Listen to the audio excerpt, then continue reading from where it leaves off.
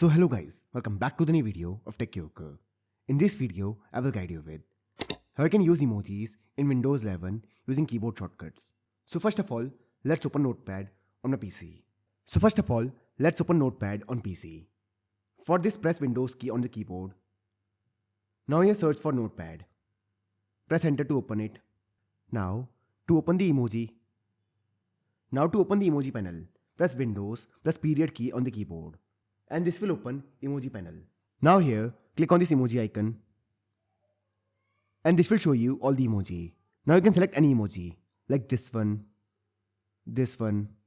or maybe this one. You can even search for the emoji, like shock. Now this is the emoji, you can use it. In a similar way, you can use any other emoji on the PC.